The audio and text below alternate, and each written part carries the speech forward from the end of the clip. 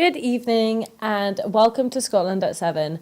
My name is Saoirse Healey and today I'm joined virtually in the studio by Maureen Watt, a former MSP and Minister for Mental Health. Maureen, how are you this evening? Yes, I'm good, thanks. Yeah, fine. How are you? Very well. Excited to delve into today's news. So, as always, we start with a Ukraine update, and it is day 368 of the war. The US European Command on Thursday issued a video 386, sorry, can't read. US European Command on Thursday issued a video which it says shows the moment of impact when a Russian fighter jet struck the propeller of a US MQ-9 Reaper drone over the Black Sea, causing the latter to be ditched into the water. Russian and US defense ministers and military chiefs held rare phone conversations on Wednesday to discuss this incident. Russian Defense Minister Sergei Shoigu told his US counterpart Lloyd Austin that operating drone flights near Crimea was provocative and could lead to an escalation. Austin declined to offer any details on the call. US Secretary of State Antony Blinken said that the incident was being investigated. The Kremlin said earlier on Wednesday that relations with the US were at a lamentable state and at their lowest after the incident with the drone. Polish President Andrzej Duda has said his country will be handing over 4 MiG-29 planes to Ukraine in the coming days. Denis Pushilin, the Russian-installed leader in occupied Donetsk, told state-owned news agencies TASS on Thursday that he does not see any signs Ukraine will be withdrawing from Bakhmut. Oleh Syniehubov, governor of Kharkiv, reports that the Russian military deployed and damaged private houses and infrastructure facilities in 2 settlements in Kharkiv region overnight. The former mayor of Yekaterinburg, Russia's 4th largest city, has been detained over a social media post in support of jailed opposition leader Alexei Navalny. Both TASS and the RIA are reporting that there is a fire at the border department of Russia's Federal Security Service in Rostov-on-Don. Poland claims to have broken up Russian espionage networks operating in the country. Broadcaster RMF reported on Wednesday that Polish security services had detained 6 people suspected of spying for Russia. Ukrainian ground forces shot down a Russian fighter jet near the besieged city of Bakhmut on Wednesday, according to Andriy Yermak, the head of the Ukrainian president's office. Ex-Soviet state Moldova is no longer receiving Russian gas or enduring the blackmail imposed by the gas giant Gazprom over its difficulties in paying for supplies. Viktor Parlikov, the country's energy minister, has said. Russia's defense ministry has said that it will start a new recruitment campaign on the 1st of April with the aim of recruiting 400,000 professional soldiers to the Russian army. Now, Maureen, we're going to circle back to the drone incident, as I mentioned at the very start of that piece.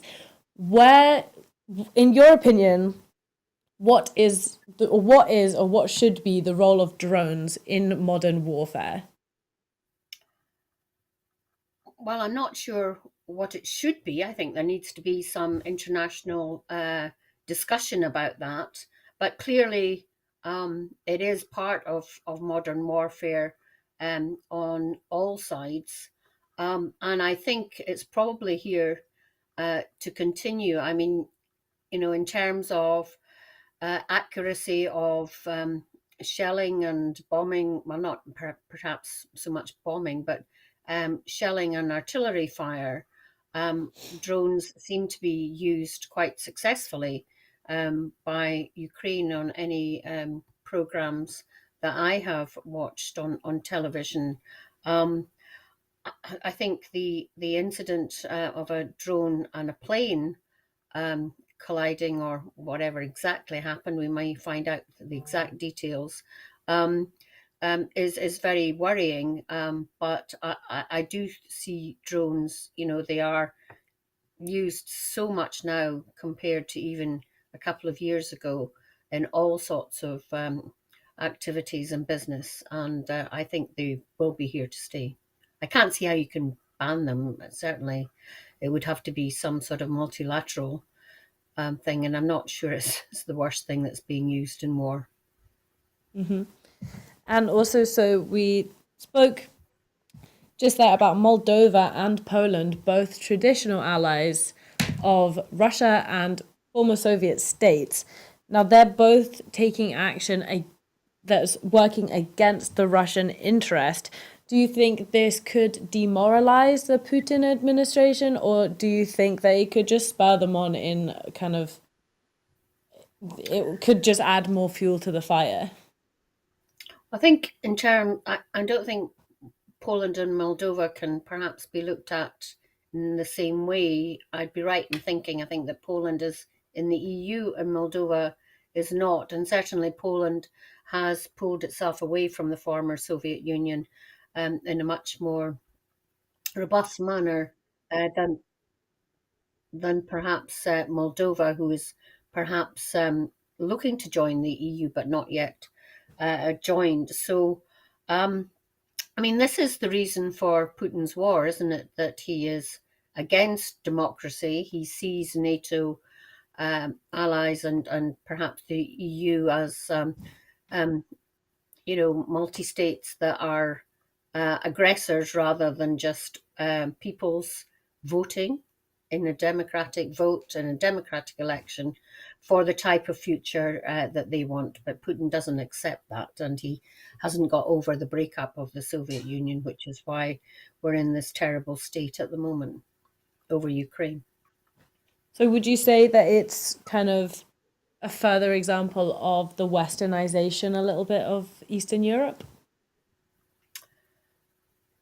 Well, to me, what westernization kind of smacks of, that West is pushing, whereas I don't think that's necessarily the case. I don't know if there's any evidence of that, but clearly people in countries in the former Soviet Union see the social justice and equality and the openness and transparency of government in Western countries, which they find attractive. And, they're not living under fear and repression and being watched over all the time like you were in the former Soviet Union and to some extent in Russia currently.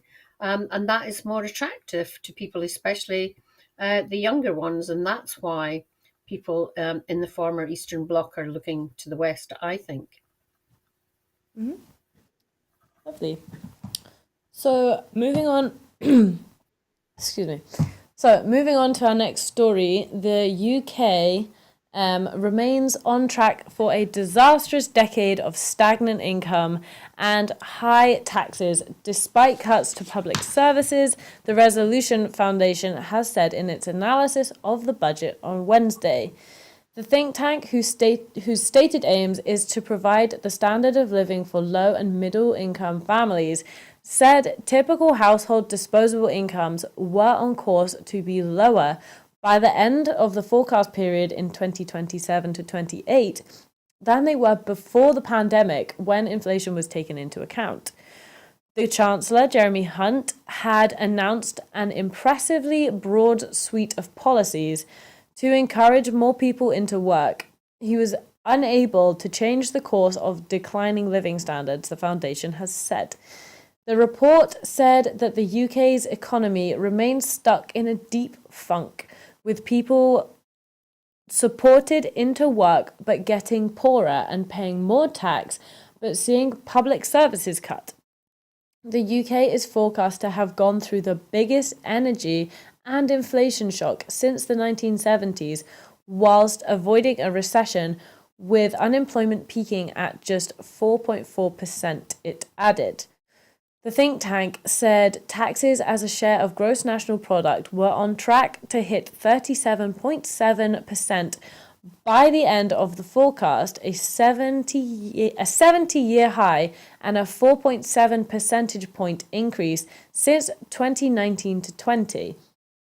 The equivalent to nearly an extra 4,200 for every UK household. Workers also face paying more to the Treasury because personal tax thresholds have been frozen instead of rising with inflation, meaning wage growth pushes more people into higher band rates, a phenomenon known as fiscal drag. The Treasury's independent forecaster, the Office for Budget Responsibility, said the wage growth over the next 5 years would force 3.2 million people to pay tax for the first time, put 2.1 million into a higher tax rate band, and add 350,000 additional rate taxpayers. The extra amount paid will rise steadily until 2027 to 28, by which point the government will be earning 29.3 billion extra a year with the extra income tax. The rise in taxes will leave the Chancellor with little room for manoeuvre at the end of the OBR's 5-year forecast period, mainly because a short-term lift in GDP growth will fade, leaving the overall tax rate lower. It described Hunt's move to abolish the lifetime limit on tax-free pension savings as a very large boost to the wealthy, saving someone with 2 million pensions almost £250,000 in tax. Intense cost pressures on public services from stagnant budget allocations and rising inflation were largely ignored in the budget, the think tank said, adding that Whitehall's departments outside of the protected areas of health, schools, and defence faced 10% cuts in real terms to day-to-day spending per head by the 27 to 28 year.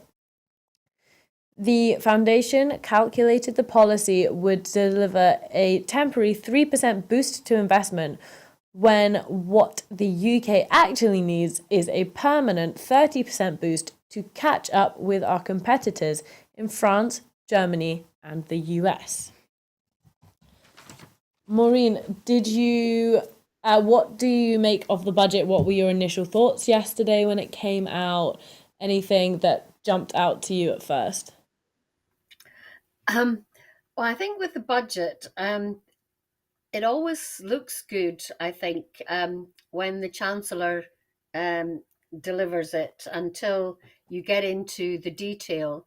And as some MPs say, you need to, if you're there, look at the Red Book. And it's always good to wait and see what economists and commentators make of it.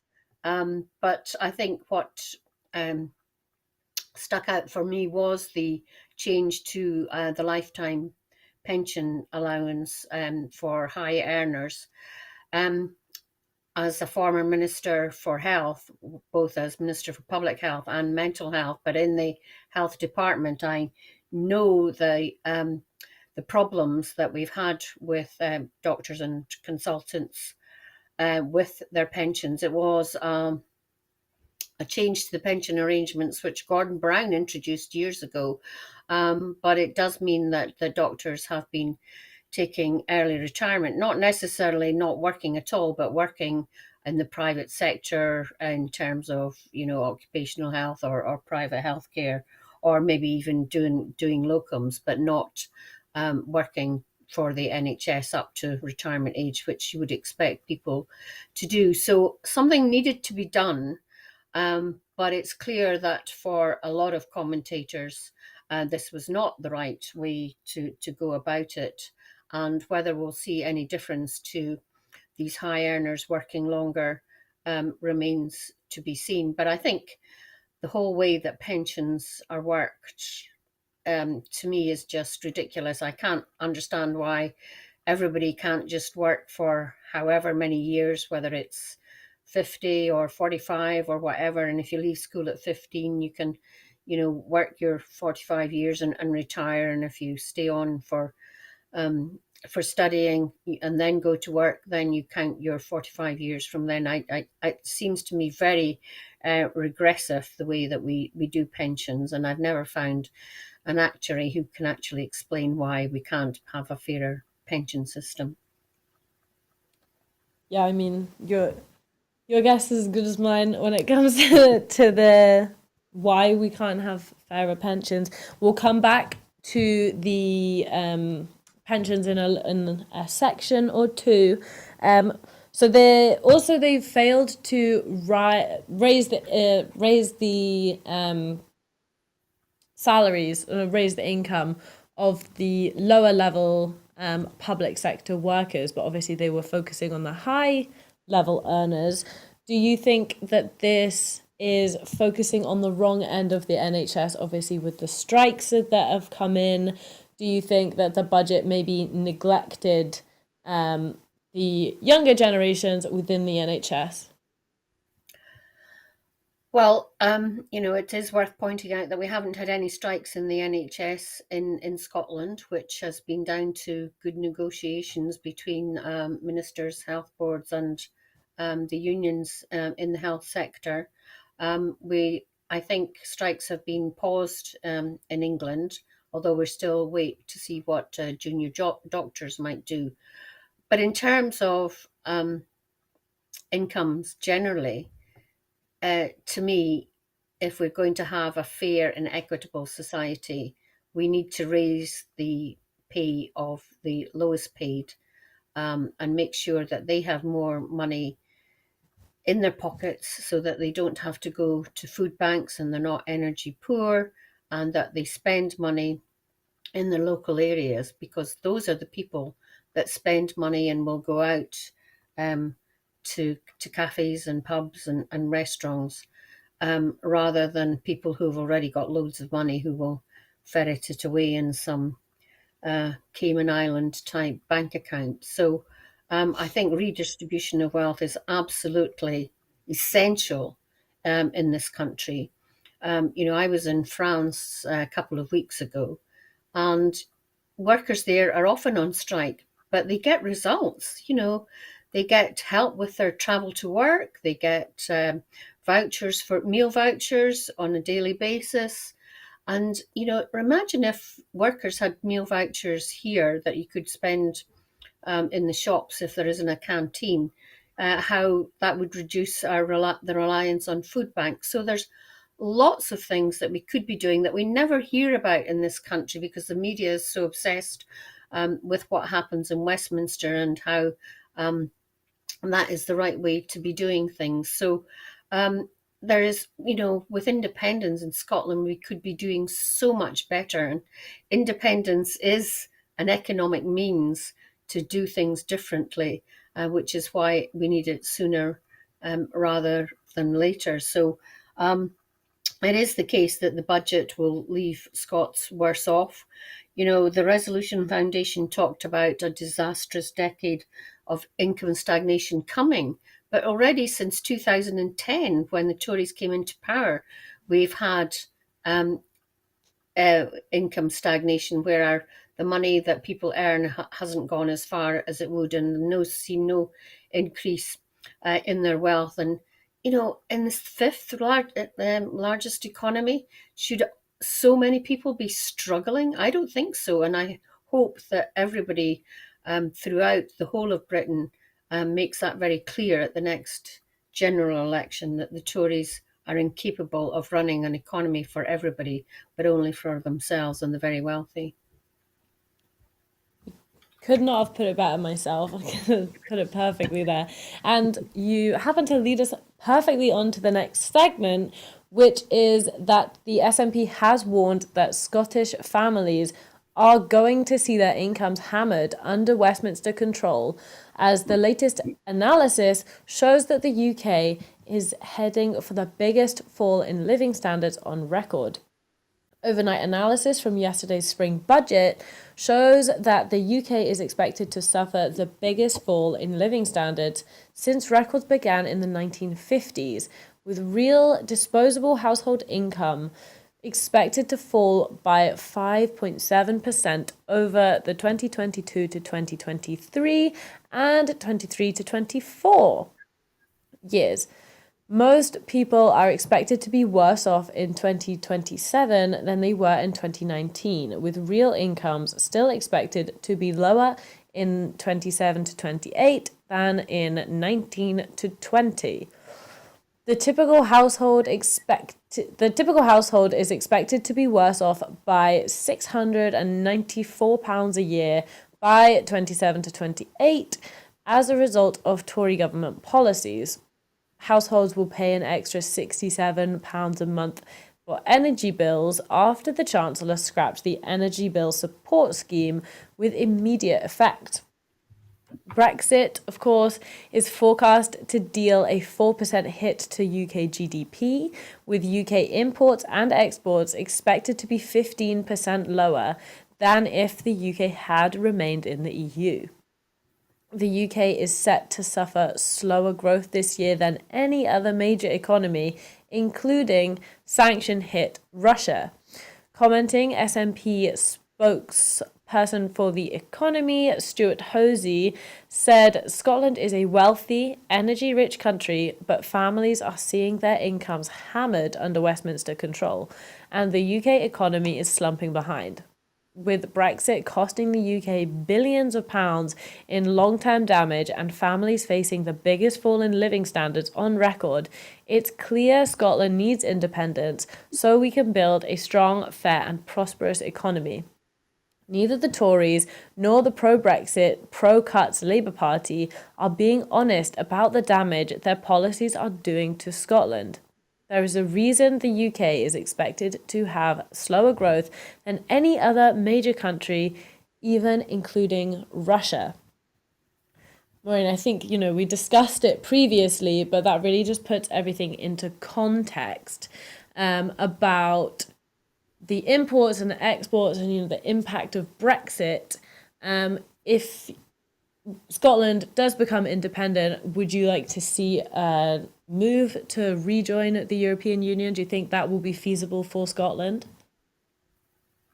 Absolutely, it's essential. I mean, Scotland voted to remain in the EU, and I don't think the figures of people wanting to who voted to remain in the EU has gone down at all. In fact, I think it's probably gone up, although I haven't seen a recent poll on that. So, Scotland definitely, as a country, sees and has seen the benefit of EU membership since we joined decades ago, and it is obvious that other countries in Europe have faced the energy crisis, they faced the COVID crisis. But the reason that the UK is so much worse than any of those is Brexit. And the lies that were told in the run up to the Brexit referendum are really coming home to hit people really hard, aren't they? And, you know, in a way, I do feel sorry for all those people who were just taken in by Boris Johnson's and his cronies' rhetoric over it. But the self-inflicted disaster that has hit the UK is something that Scotland, as an independent nation and as a nation in its own right, becoming independent, can do something about.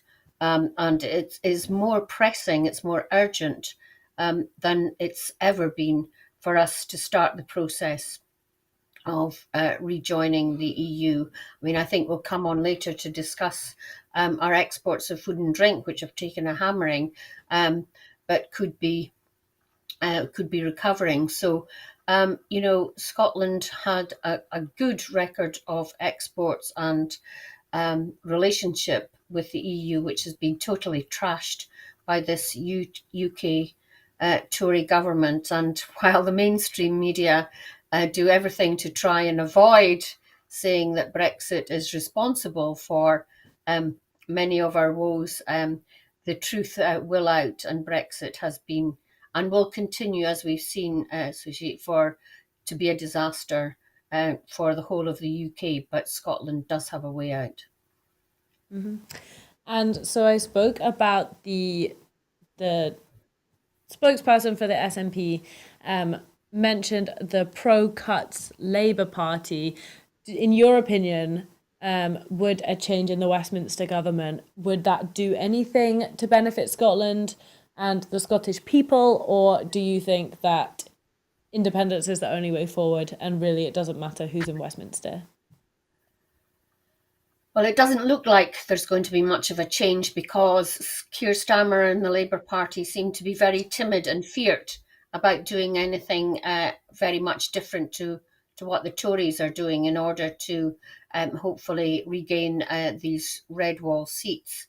But, to me, if I was in the position of the Labour Party down in Westminster, I'd be being really bold and, talking about the types of investment and boost to the economy that Obama did after the banking crisis, that Biden has done after COVID, and get the economy recovering quickly. I mean, that's investment in our infrastructure, in our education, so that businesses can see the benefit of investing the cash reserves that they hold, that investment from overseas comes to the UK, but they don't seem interested in any of that. As I say, they're just plain feared to do anything too different. And I don't know why, to be honest. They need to change up and move to be a little bit more I wouldn't radical. tell them I wouldn't tell them what to do because clearly we want to keep all our That's true. SNP seats in Westminster. Of course, of But course. I can't. Well, as I say, they're feared and timid, and really don't really offer any real radical change of an opposition, do they? No, I think that's pretty safe to say. So, going back to the pensions, as we previously mentioned earlier, the SNP has urged the UK government to reverse its plans to abolish the lifetime pensions allowance, describing the move as another Tory-made scheme to keep the rich rich. The move will see the wealthiest 1% of pensioners save around £45,000 when they retire, whilst failing to reduce energy bills for hardworking households across the UK. David Linden, MP, has said that the Chancellor's budget has left the UK economy in dire straits, with the country's economy set to suffer the biggest fall in living standards since 1950s. Commenting, the SNP's social justice spokesperson, David Linden, MP, said, "This latest budget is just another example of a Tory-made scheme to keep the rich rich. The decision to abolish the lifetime pensions allowance will only benefit the richest in our society. Meanwhile, decisions which would have actually helped working class households, like reducing energy bills, maintaining the energy bill support scheme, failing to scrap the benefits cap or 2-cap, have been completely ignored. However, this is what we've come to expect from this outdated, redundant, corrupt UK government." Now that is some very choice, some very strong words from David Linden. Do you concur with them? Do you think that it is, the policies that they have been pushing is outdated, they're redundant? How do you say to that? Yes, I do. And I think if you look again internationally, more and more countries are talking about a well-being economy, taking into account the needs for climate change, the need for carbon reduction, the need for people to feel well rather than just be economically well off, that the health is improved, that their environment in which they live is improved, the housing is improved, generally, not just in terms of insulation, in order to save energy. So there's a whole way of looking at economies which are different than just looking for economic growth in the traditional ways, that we have been used to. And, there are things like the Humankind Index and things like that, which, smaller countries are more able and fleet of foot to take on board. But I think these are the sorts of things that an independent Scotland would be looking at, and looking at Scandinavian neighbours and other small countries to see, how they do it, and make their populations feel healthier and happier, and feel that they live in a fairer and more just society. So, um, my vision of independence for Scotland is not just more of the same north of the border. It is looking at things, in a completely different manner, and shifting the dial quite considerably. Yeah, so you mentioned the concept of a well-being economy. In your kind of utopian independent Scotland, what would be the first things that you would like the government to target if they were going to pursue this kind of like well-being based economy? Well, I think, I think all three candidates in the leadership election have been saying it's tackling poverty. And to be fair to the current government, since 2007, that has been, really, at the top of the agenda, in terms of the introduction of the baby boxes, introduction of better childcare, and nurseries. All that helps, but we've been doing that with one hand tied behind our backs, because at every turn that we try and make things better, the UK government, messes things up in terms of the way that they're running the economy. So they put on the two-child tax, and all sorts of things like that, which mean that, at any time we try to improve things, it's not as beneficial to the poorest than it could have been if it hadn't been, um, messed up by, policies that the Westminster government continues to pursue, Mm. with the responsibilities that they still have. Mhm. And so moving on now, speaking of the mistakes made by the UK government, the UK has today been downgraded in an annual global index of civic freedoms as a result of the government's increasing authoritarian drive to impose restrictive and punitive laws on public protests. The Civicus Monitor, which tracks the democratic and civic health of 197 countries across the world, said the UK government was creating a hostile environment towards campaigners, charities, and other civil society bodies. The UK's willingness to clamp down on civic freedoms, such as the right to peaceful assembly, means it is now classified as obstructed, putting it alongside countries such as Poland, South Africa, and Hungary. The downgrade reflects the worrying trends that we are seeing in restrictions across civil society that are threatening our democracy. The UK government should be setting a positive example to countries that have clamped down on their civic space, said Stephanie Draper, the chief executive of the Bond charity, a partner of the Civicus collaboration. Now, Civicus is a collaboration between more than 20 civil society organisations around the world, providing an annual update on the global relative health of civil society. Countries are classified as open, narrowed, obstructed, repressed, or closed. So the UK has been downgraded from narrowed to obstructed. Its latest annual report cites a number of restrictive laws introduced or proposed by the UK government. These include the Police Crime Sentencing and Courts Act, which gives the police unprecedented power to restrict protests and marches.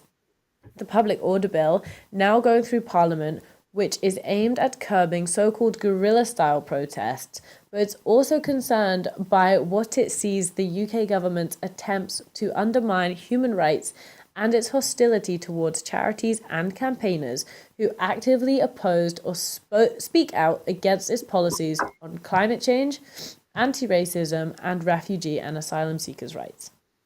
The UK government's increasingly hardline approach is reflected in a separate annual survey of charities by the Sheila McKenney Foundation, the SMK, which reveals widespread alarm at the extent of ministers' perceived hostility to civil society and enthusiasm for cracking down on long-held freedoms to organise and protest.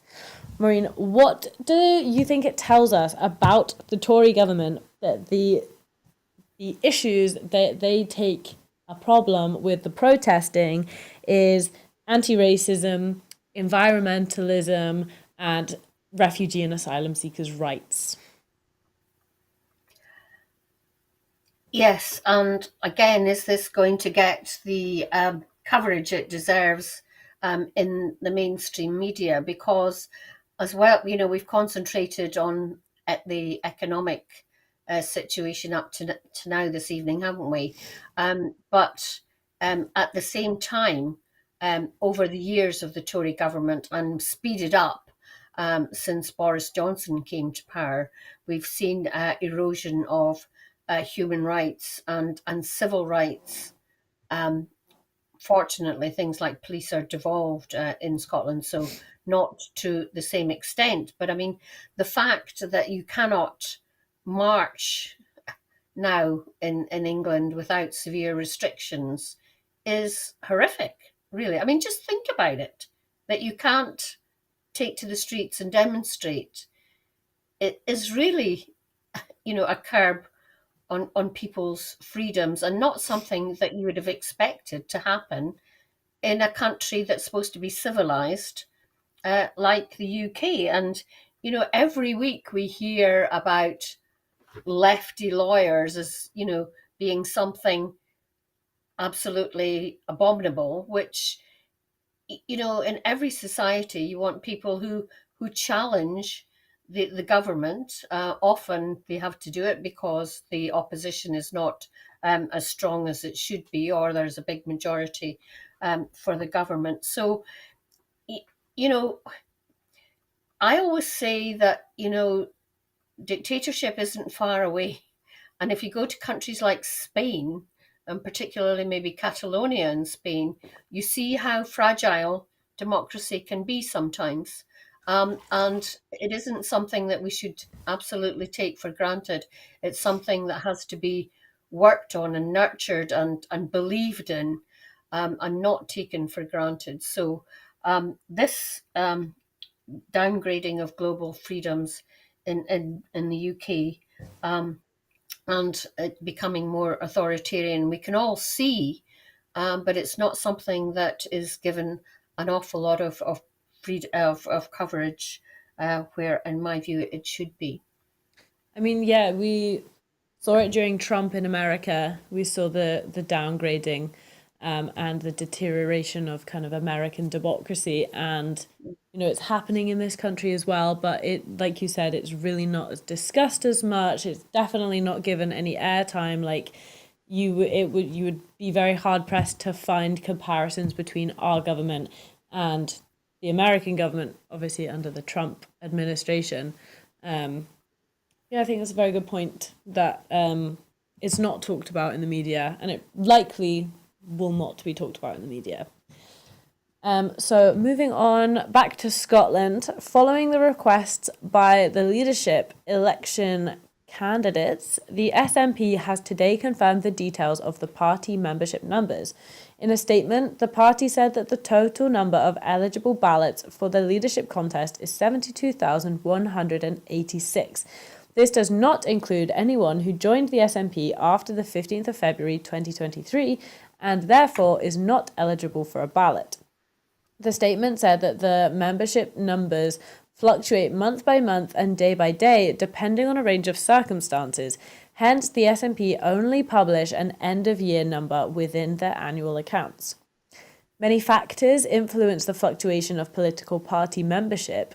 In 2022, the cost of living crisis and the impact on household budgets has affected the SNP just as it has charities and other voluntary organisations. Commenting, an SNP spokesperson said after many years of delivering for people across Scotland and working towards a better future as an independent country, the SNP remains the biggest and indeed the only mass membership party in Scotland. We remain grateful to our large and committed membership for all their support has done and to fuel our electoral success. Moving back to the UK more generally, the UK government is to ban the Chinese-owned video sharing app TikTok from ministers' and civil servants' mobile phones, bringing the UK in line with the US and European Commission reflecting deteriorating relationships with Beijing. The decision marks a sharp U-turn from the UK's previous position and came a few hours after TikTok has said its owner, ByteDance, had been told by Washington to sell the app or face a possible ban in the country. The UK government's announcement was made by Oliver Dowden, the Cabinet Office Minister, in the Commons today. He said that the ban was with immediate effect. This decision follows a review of TikTok by government cybersecurity experts that began in November, Dowden said, and will cover ministers and civil servants' work phones, but not their personal phones. He said this is a proportionate move based on the specific risk with government devices, he added. The UK Cabinet Office said TikTok required users to give permission for the app to access data stored on the device, which is then collected and stored by the company. Allowing such permissions gives the company access to a range of data, including contacts, user content, and geolocation data. Dowden said this is what justified the ban. And Maureen. Okay. I will just ask you a quick question about the SNP and their membership numbers today. What did you make of the cut-off point for the memberships? Well, that's standard practice. If an election is declared, you don't want lots of people joining who could maybe change the outcome of the election. So that's standard practice. That anybody who joins after a certain date, so the declaration that there's going to be an election, isn't allowed to vote. Although, looking at my own branch, there have been quite a substantial number of people who have joined since, not knowing what the outcome of the leadership election is going to be, which I find quite interesting. There were thousands and thousands of people who joined after the failure in the referendum to get independence. And till recent till recently they have remained very loyal, but we have noticed with the cost of living, and it has been the cost of living crisis, people have been going through their bank statements and looking at their direct debits and thinking, at this time, is that really necessary? But they're still going to vote SNP. So I'm not too worried about the fall in the numbers, although I do think that we should be publishing them more openly annually, and perhaps even more regularly. I'm sure the NEC will be discussing that. In terms of TikTok, I do have TikTok on my phone, but I don't use it very much. And it seemed odd that it was the government can't use TikTok on the phones. A few weeks ago we were discussing government by WhatsApp groups. I think that's perhaps as dangerous, perhaps as the Chinese influence. But it's interesting that they haven't, said Would that you say people should not. That they haven't said that people generally shouldn't, the public shouldn't be using TikTok. So it is about the data collection, isn't it? And there was the problem with Huawei phones as well. I mean, China is, obsessed with collecting data about other countries, isn't it? And I suppose if there is a risk to government and security, then you can see why this has been announced. Would you say that it is more to do with the data collection issue and less to do with the international relations between the two countries? Obviously, there's a lot of chatter about America banning it to further the kind of decline in the diplomatic relations, and of course the European Union have also banned it, but do you think that is just a manifestation of the declining relations between China and the Western world, or do you think it is solely to do with the privacy and the data collection? Well, as I said, I think China is obsessed with collecting data on what it might perceive as as its enemies, and it is about, I think, um, because of the nature of the statement today, I think it is about security and about specifically government um, devices.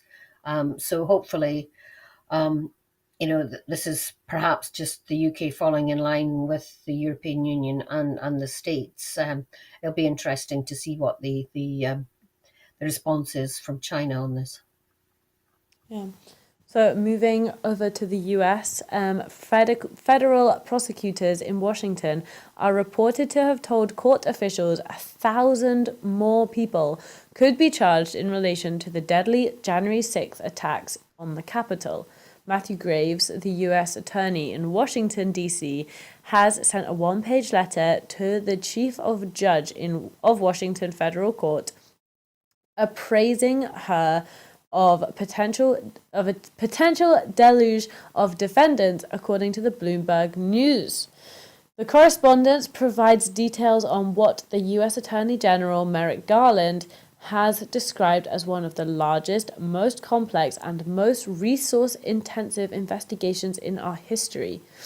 Graves said in the letter that Justice Department officials estimated that another 700 to 1,200 defendants could face charges, and that would nearly double the number of criminal cases relating to the January 6th attacks.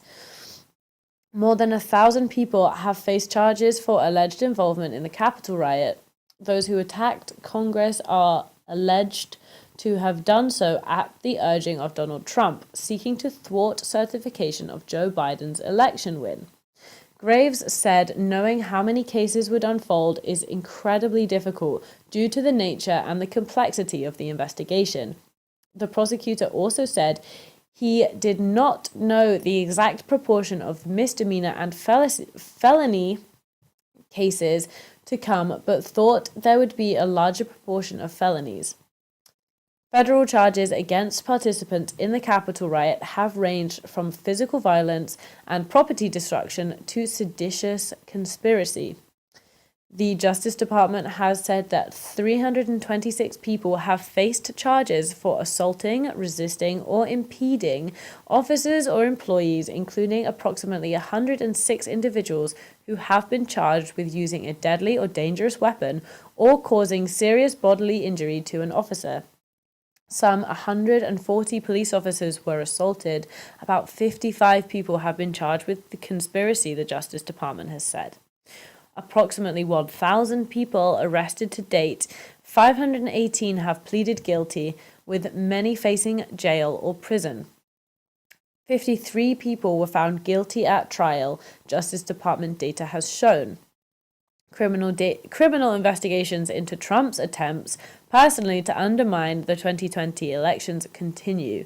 He also faces a hush money investigation in Manhattan, a criminal investigation relating to his alleged retention of classified documents, a New York civil suit over his financial dealings, and a defamation trial arising from rape allegations that he denies. Just to pick up on that last point, Maureen, is it a worry for you that should Trump get sent to prison for any of these trials that he is currently, all of these legal issues that he is currently on trial for or going under proceedings for, do you worry that there'll be an element of martyrdom should he face charges for any of these?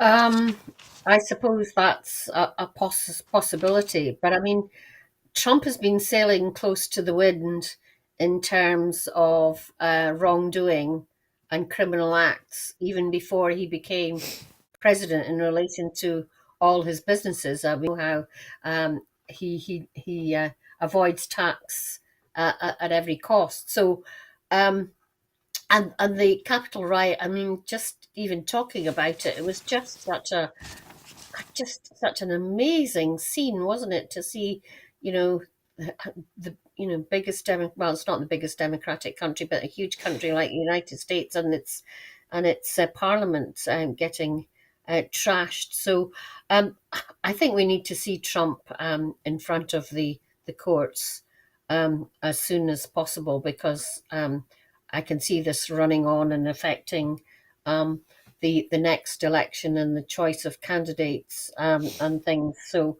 I would like to see more action and see him in court facing the charges that he is facing and see what the outcome is. But I think his base is kind of getting a reality check a bit. I hope. I hope. But there will still be his loyal followers, no doubt. But whether they try to disrupt life in the US again, I suppose we have to wait and see. I know you hope that when the Republicans come to choosing their candidate, that yeah, like you said, his support base is much more diffuse now. The kind of more moderates that did support, if there was any moderates in the first place, but the slightly more moderate Trump supporters will, back someone else and hopefully see an end to his political career. And we mentioned earlier in the program about Scottish food and drink exports. So the Rural Affairs Secretary, Mary Gorgon, has welcomed the publication of a new HMRC trade statistics document today, showing overseas exports of Scottish food and drink were worth 8 billion in 2022, the highest figure on record. Miss Gorgon said it is hugely welcome to see Scotland's food and drink exports being worth a record 8.1 billion in 2022, up by almost a third, 30.6%, on the previous year. This is a testament to the quality, innovation, and skill shown by everyone working in the industry across the length and breadth of Scotland. The statistics show food exports have risen to an all-time high of 1.9 billion, up 12% on 2021, which is a fantastic achievement for our food sector, complementing another strong year for our drink sector. Maureen, what's your favourite Scottish export? Probably Scotch salmon, I think. But having worked in a distillery as a student, I still see the value of the whisky industry, having been brought up in Banshire, where there were loads of distilleries and, more importantly, the bonds where it was maturing. We were always told there was more value in the bonds than there was gold in the Bank of England. So I don't know whether that was true or not, but it certainly fostered a spirit of pride in Scotland. And um, the the the statistics that you've quoted are impressive. I'm not sure how much of that is due to increased prices and or how much is of increased in quantities. I suspect the quantities might not be as large, but maybe I'm wrong. But it is a very good news story, and the UK government does recognise the value of whisky and Scottish food to the UK economy. But it's really important that Scots themselves realise that we are a very wealthy country. We have loads of excellent resources, and our people are really, some of the best educated in the whole of Europe, if not the world. And people need the confidence to see that we can manage on our own, and we can continue. James Withers, when he was with Scotland Food and Drink, did a huge amount to increase the exports of Scotland's not just whiskey and Scotch salmon, but our beef and all the other products that we make here. And it's important that we add value to them, and that as well as that, we used to say that all our good food was exported, didn't we? But we're now seeing some of the best restaurants in the world in Scotland too. So it helps with tourism and people then accessing these products when they go back home to their own countries. So it is a really good news story, which I hope will continue despite Brexit. Brexit has had a huge effect on exports into the EU. And so it would be interesting to see a breakdown of where these products were actually going, and hopefully there is some recovery in that market, although not to the extent that we would like. It could, let's say that these statistics could be even better, but for Brexit. Yeah, and hopefully they will only go on to improve. So our last story of the night. The over 1,600 schools across Scotland have signed up to the First Minister's Reading Challenge since the project started in 2016. It was initially set up to help children and young people between the ages of 5 and 18 develop a love of reading. So far, 1,301 primary schools have benefited from tailored resources aimed at instilling an appreciation of books into Scotland's youngest generation. Since opening the initiative up to secondary schools in 2018, a further 364 secondary schools have participated in the scheme. 129 libraries and 187 community groups have also taken part in the challenge. Backed with £2,948,820 of funding from the Scottish Government, the project has made it possible for thousands of children to experience the benefits and joys reading can bring. Schools, community groups and libraries are still being encouraged to embark on the reading journey by signing up to the challenge online. Commenting, former teacher and SNP MSP Calcub Stewart said, "The First Minister's Reading Challenge is just one example of the shining legacy Nicola Sturgeon's leadership will leave on Scotland. Access to and a love of reading can open up a world of opportunities to any child, as well as potentially sowing the seeds of a lifelong passion that will enrich the rest of their lives." Nicola Sturgeon's passion for literature and commitment to our young people has undoubtedly broken down barriers for Scotland's children, making sure that no child loses out. Well, that is it for this evening. Thank you so much, Maureen, for joining me today. I've really enjoyed all of your insights on today's news stories. Thank you. You're welcome. I hope we do it again soon. Absolutely. Me too. And before you go, I just wanted to remind you that at Broadcasting Scotland, we depend on the generosity of our supporters, you, the viewers. So to everyone who has donated and to everyone who has signed up to make regular monthly payments, thank you so much. Our programmes will always be free to view. However, if you can afford £5 a month, please consider becoming a Broadcasting Scotland supporter. We've set ourselves a target of adding 10,000 new subscribers to enable us to employ staff and make even more programmes for you to watch every single day. So good night. Thank you for watching.